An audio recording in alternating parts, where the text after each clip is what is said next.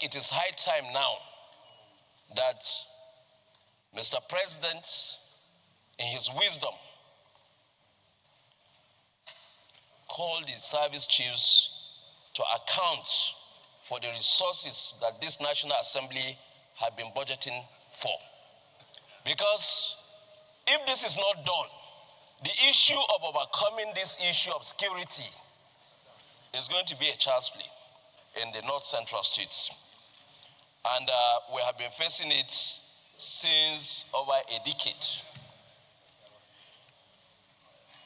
Mr. President has done so much in the area of security, either from the procurement to allocating resources and also recruiting men that will go to the war front. We have seen every effort, not only during this administration, even the previous administration, have had costs to bring the service chiefs very close to the seat of government. At a point, they are almost like operating from the presidential villa, so that the president will monitor what is going on. And it is not different from what the current president has been doing, to the extent that service chiefs were changed. We know internal security mostly is the work of the police, the civil defense, and other paramilitaries, and the secret police. I have cause to say that they are doing very well, but they are overwhelmed in a way. And what is causing this? The men that goes to the front, war front, are different from their officers that give the directive and control. So what distinguished Senator Oshomole was saying, I want to toy with that line now. If the U.S. Secretary of Defense can be called to be scrutinized publicly on the expenditures, spending, and operational mechanisms of their armed forces, especially in area of expenditure and budgeting, I think today, go and check the economy. Go and check how the economy plays. Today, if you look at the indices that even give the growth to our GDP and areas where these expenditures are going, you will see that real estate is playing a role in this country.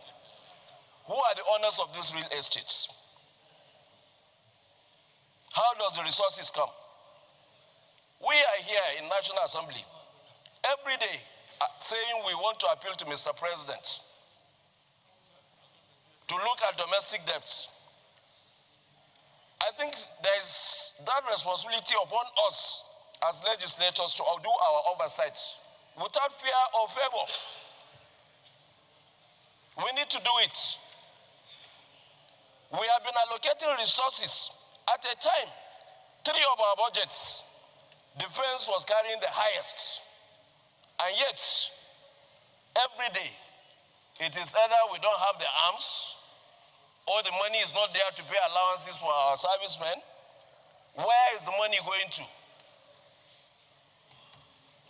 Not until we do this scrutiny, we'll not be able to get it right.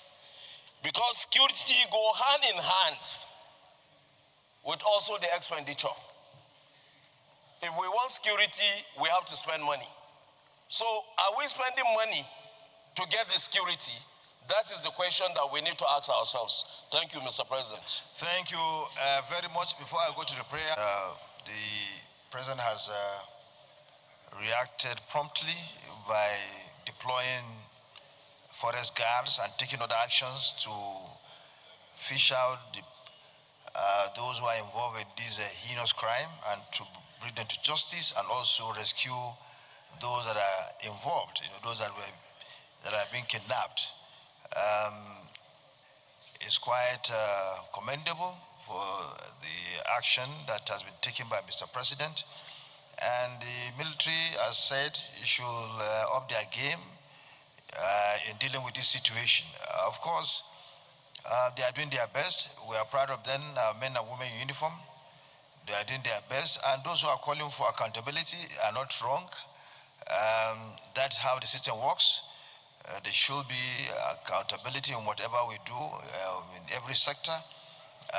You are not wrong by calling for those involved should be accountable, but that does not take away the fact that we commend what our men and women are doing in sacrificing their lives in dealing with, in confronting these enemies of our nation.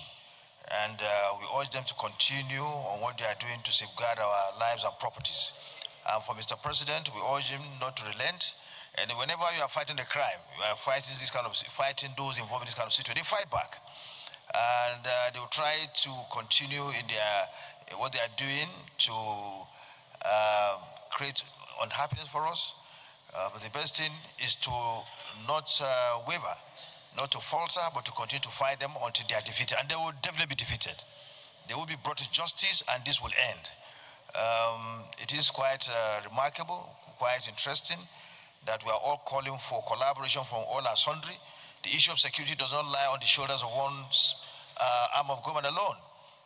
We need to work together with the executive, with the military, bring all of what we have in terms of our wisdom, in terms of our foresight, in terms of our, whatever we have to make sure that we bring an end to these atrocities being committed by enemies of our nation.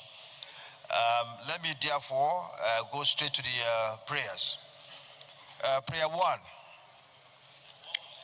Condemn in the strongest possible terms the abduction of the school children, teachers and toddler in Orire local government area of Oyo State, and commiserate with affected families, communities, and the government of Oyo State.